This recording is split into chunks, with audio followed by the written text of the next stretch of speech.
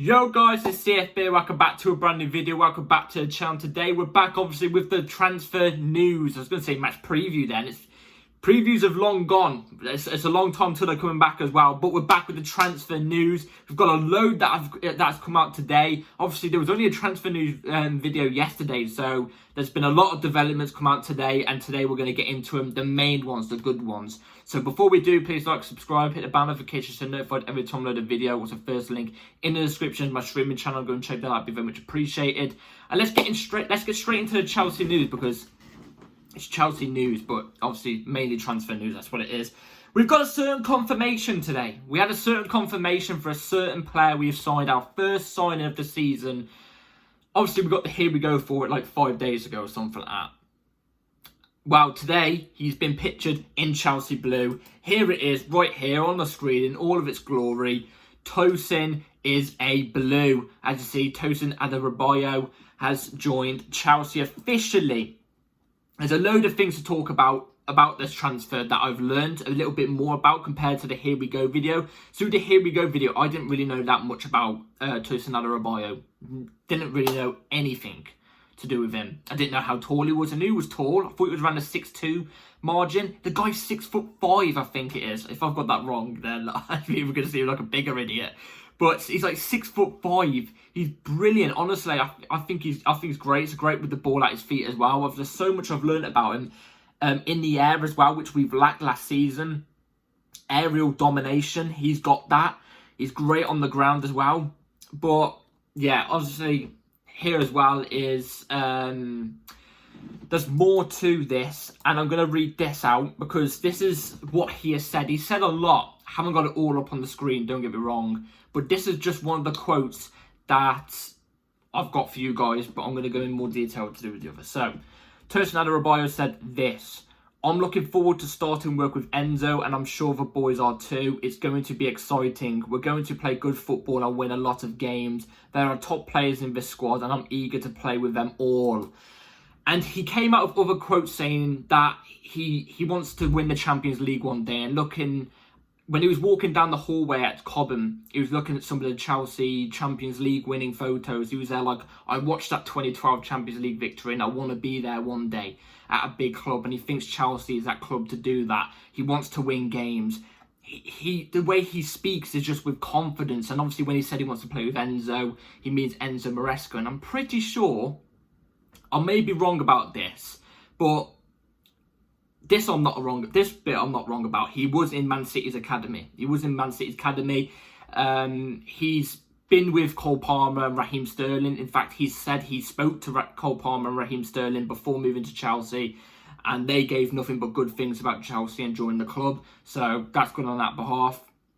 But this is the thing that I'm not too sure about. I think when Enzo Maresca was managing the City team in Premier League 2, I think he might have managed Adarabioyo. Let me know in the comments down below if I've got that wrong or not, but I think he might have managed Adarabioyo before. But even the way Adarabioyo's speaking, it's with confidence. He seems confident, and it's not even like that just self-confident where you join a team and you just, you're confident just because you're wearing a t-shirt. No, he seems like he's just oozing confidence. And I feel like to be at a big club, especially like Chelsea and the form we're in right now, to be any player, you need confidence. And I say this all the time with the manager position as well. You need to ooze confidence. You need to deal with the pressure and the hate and go and win games. Just take your mind off it. That's what you need at Chelsea Football Club because you get a lot of it. It's true. You get a lot of it. So, and I feel like he oozes that. He oozes that. That's the word. Oozes that. I was going to say eases and oozes at the same time, but he oozes it. And I feel like a player like him, if he keeps his confidence going, hey, I see nothing but good things for Adarabioyo at Chelsea. But words are words. We need him to back it up by playing on the pitch. Like Mourinho, like Jose Mourinho, he came in first press conference in 2004, oozed the confidence. You've never seen aura like it before in your life. You know what I mean? Probably the biggest aura moment in history. And he backed it up the first season. 15 goals conceded, won the league, won the double. I think it was the Carling Cup as well. And then he won the league again the season after. Then obviously the season after that, we speak less about that. But he backed it up with his words and the way he put the team out. And I want Adarabioyo to do that as well. He's come in, he said the right things, all the right things. Now I'm just hoping that he goes onto the pitch and he puts that confidence onto the pitch and makes us better, because I feel like he even said it himself there. There's many great players in this team. They may be young, they may take time to develop, but this team is a quality team. Enzo Fernandez, Nkunku, who we're going to get onto later, by the way. I know you've seen the title. It's a little bit clickbaity-ish, if you know what I'm saying. I'll get onto it in a minute. You've got Nkunku, you've got Palmer, you've got Enzo Fernandez, Caicedo, Wesley Fofana, Reece James. You know, just there's quality in this team that should be doing better than the last 2 seasons. And we're going to see it. It's taking its time. And I hate the fact it's taking its time. I want it right now. In fact, I'm demanding it right now. But he's completely right with everything he said. I'm just hoping he backs it up on the pitch. By the way, as well, taking photos in last season's kit, getting ready for this season, is ridiculous. We should have our new shirt out by now. It's ridiculous in my eyes. I don't know when we're going to release it, but yeah. Tursun Adarabioyo, welcome to Chelsea. I'm excited, and I can't wait to see how you get on. So yeah, that's that. Let's move on to this. We've got striker news. We've got more striker news. This is to do with like 4 strikers at the same time. So let's get into it. From Ben Jacobs, Sesko, Duran and Evan Ferguson are amongst Chelsea's striker options. A surprise move for Julian Alvarez cannot be ruled out. By the way, I want to quickly apologise, because yesterday, in yesterday's video, when I kept saying Julian Alvarez, at times I was saying Julian Nagelsmann, because it just seems more, I don't know what it is, it just seems more normal to say Julian Nagelsmann. I don't know what it is. But Julian Alvarez. I'm not going to say Julian Nagelsmann this time, no. Julian Alvarez, Sesko, Duran and Ferguson. If you don't know who Duran is, it's the Aston Villa striker. Let's go through this individually. Sesko has had 1 good season in Europe. Wow, at a top 5 league. It was the Bundesliga. And even then, it's his first season, so you still got to be wary about this stuff. I don't think he's Prem ready yet. Duran, good ball striking. Oh my God, unbelievable. This guy can hit a volley. Do you remember Hasselbank? Yeah? That guy could smack a ball. When that ball was hit, it was hit. It stayed hit. Duran is the same. He can hit a ball. But then again, I don't think he's the type of striker to lead Chelsea's line. And I don't think it would fit Enzo Maresca's system as well. So, for me, Duran, no thanks. Evan Ferguson, too young. May I say injury prone? I don't know. I didn't hear much about him last season, so I'm guessing he got quite injured quite a bit. If that's the case as well, if you think about the fee for him, it's going to be 100 million or something like that. No, thank you. Too young again. Julian Alvarez. I was going to say Julian Nagelsmann then. Oh my God, again. Alvarez. I didn't realise he was 24. I thought he was like 22 or something like that. He's 24. He's got experience. He played at River Plate and Man City. Obviously, at the 2 clubs he's been at, he's won. He brings win mentality. I've gone through this yesterday. Go and check my video yesterday as well if you want to see that. Everything I said about Alvarez. He's the perfect guy, I think, for Enzo Maresca's system. He drops back. He can link the play as well. I also think as well it's quite good the fact that Alvarez is a different profile striker to Jackson. They both drop deep and link up, but they've both got a different type of style of play. So I think it's good that they're obviously different profiles as well. But also as well, I've seen a lot of people complain about Alvarez's height. I think he's 5'7" or 5'8" or something like that. Do people not remember what Aguero was like in the Premier League? You don't have to be tall to score headed goals. You don't. How tall was Pulisic? I don't know, 5'9"? That guy won every single header I think he ever went for. Honestly, like, dead ass, I'm pretty sure. It doesn't matter how tall you are. I get it, we're not going to look to probably, you know, cross the ball if he's in the box. Do you know what I mean? But in all fairness, when you watch us and how Enzo Maresca is going to play as well, he wants to play possession-based football. It's going to be very rarely, I guess, that we're going to bloody cross a high cross in. Do you know what I mean? I think it's going to be very unlikely. Obviously, at times we will, but there's other players there. Plus, it doesn't matter if he's 5'7". He can find the area, the space, the timing, and he can win the header still. If you know about that, you know about that. You don't have to be tall to win headers. So height isn't really an issue. I just want him scoring goals. I don't care. I don't care if it's a cross, on the ball, or on the floor or not. Just score goals, and I think Julian Alvarez brings that. So height doesn't really affect that for me. But I thought it was a bit taller than that either way. I thought it was like 5'10", but apparently not. But like I said, Sesko, Duran, Ferguson, I don't think Chelsea should be going for. That's just me personally. I think the one we should be going for is Alvarez. If we do not go for Alvarez and we put these three above him, I don't understand the squad plan. I just don't understand it. So let's move on to the next bit of news. Sky Sports. I've got a lot to say about this. Let's get into it. Chelsea will not need to sell players this month to comply with Premier League PSR rules. Obviously, there was a lot of chitter chatter about, oh my God, Chelsea are going to have to sell before June 30th, otherwise they're in a point deduction or they're in trouble with the Premier League. Listen here, if you thought about this from the get-go, did I? I'm trying to retract my statement now. I'm trying to remember if I did or not. I don't know, but I never fully believed that we was in trouble. I just think we're trying to sell and get the team ready for pre-season.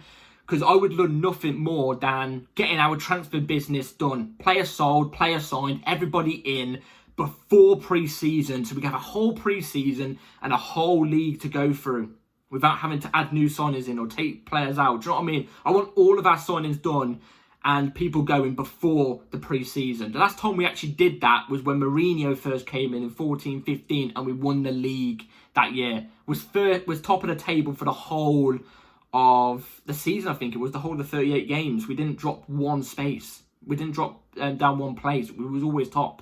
So I would like it more than anything. Is it going to happen though? No, because the owners always have their thing about buying a player for players available. You know what I'm saying? So yeah, but I didn't think we was ever in trouble with PSR.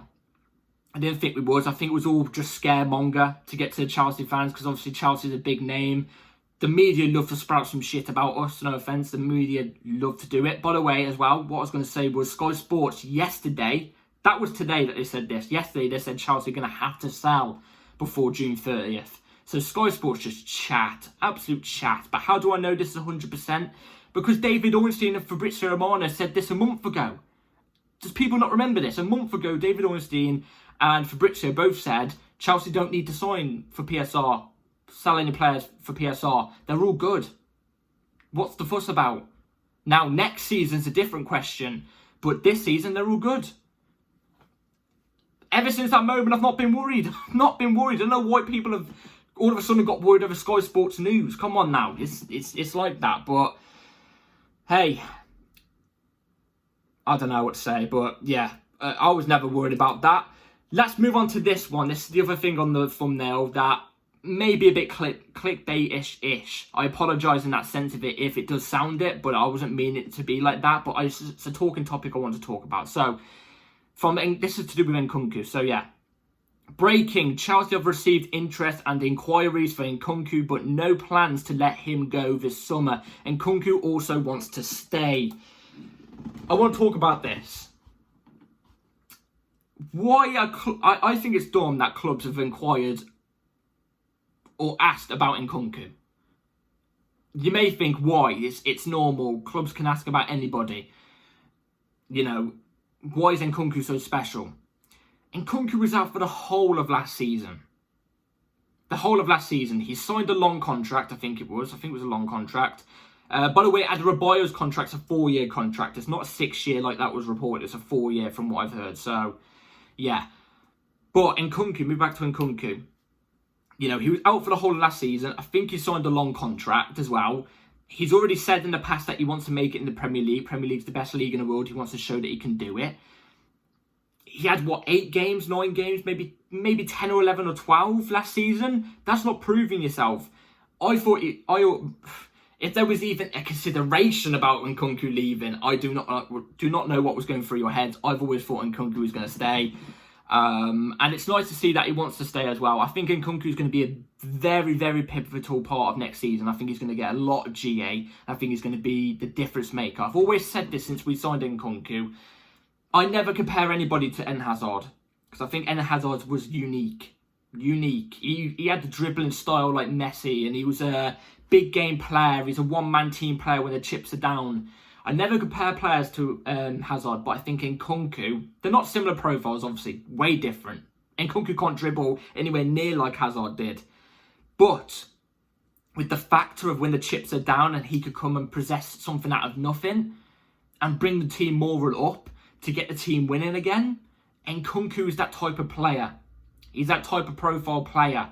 And I think he's going to be very pivotal for Chelsea in the next few years. I've always said it. I'm just hoping his injuries don't come back next season, because otherwise that's very, very bad. And then you can start talking about a sell by the end of next season if he's injured majority of next season as well. But I don't think he will be, because obviously this actually, as well, this football that we're going to play under Enzo Maresca would suit Nkunku way more than what bloody Pochettino's was. Like I've always said for ages, Pochettino's was pressing football. It was never going to work with half of these players. So yeah, Nkunku, I don't know what half of the chat was about anyway, about people saying about Nkunku wanting to leave or potential to leave. It was never going to happen anyway. So yeah, it wasn't a massive thing about people saying he was going to leave, by the way, anyway. It was just ever since this came out, people were there like, oh, I was scared he was going to leave.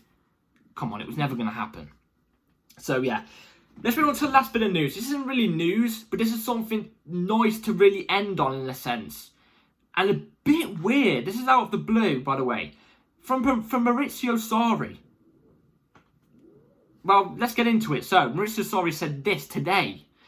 Leaving Chelsea has been my biggest mistake. There was a good basis to stay there and continue at the club. I did a big mistake in that moment. We won the Europa League. The project was great, but I wanted to return to Italy, unfortunately. Weird, from out of the blue. Now, you all know that I recently, in my manager appointment thing, I put Maurizio Sarri in my list. I said he's a free agent. He plays good football, good advancing football, good attacking football. I would take him. And I think Nkunku would thrive under Maurizio Sarri, by the way. But this just come out of the blue. I'm kind of shocked. And one thing I like to say about Maurizio Sarri is I feel like he's very undermined. And even by me, at the time that he was the Chelsea manager in 2018-19, I liked him at the start, because at the start went really, really well. And then it just went, it went like this. It went like that, and then bang, straight down. We won the Europa League. Yes, it was good. Trophy that we should be winning anyway. Just like the conference. I think we should be winning the conference no matter what. But we played good football under Sarri. Defensively, we was okay, but at the same time, he wasn't really given amazing defensive players, was he? It was a past it David Luiz, a slightly getting past it Aspilicueta, a very, very young, inexperienced Christensen, you know, a past it Gary Cahill as well. Like, defensive, if we gave him a better, strong core defensive team, I reckon we could have done way better under Sarri. It's nice to see Sarri come out and say this, because I always thought Sarri never looked back at Chelsea, because I thought he got homesick and he really disliked it towards the end. You know, you look how it went towards the end with Sarri at Chelsea. It looked like it just completely went downhill. Like, he didn't want anything to do with the club didn't want anything to do with him. It looked like it just clashed. Two goats butting head. But apparently not. So, I don't know. Weird. Maybe one for the future. Maybe in a couple of years' time, maybe Maurizio Sarri could come back. I don't know. It fits the bill that the owners want for a football-wise. So, hey, there's that from Fabrizio Sarri. Jesus Christ, from Maurizio Sarri. Oh, I can't even say it. I'm not even going to say it. From Sarri. So let me know in the comments down below what you think about that. The Nkunku news as well. I don't know what the whole thing was about. People seeing this bit of news and saying they thought Nkunku was going to leave. It was never going to happen. I don't know what the hell that's all about. And teams are inquiring for him. No way. No way. The PSR thing, Adarabioyo and the strikers, let me know in the comments down below. I'm all ears. Hit the bell notification so notified every time I load a video, because videos come at any time. Like and subscribe, everybody. Take care all. And yeah, take care. Have a good rest of your day. Peace.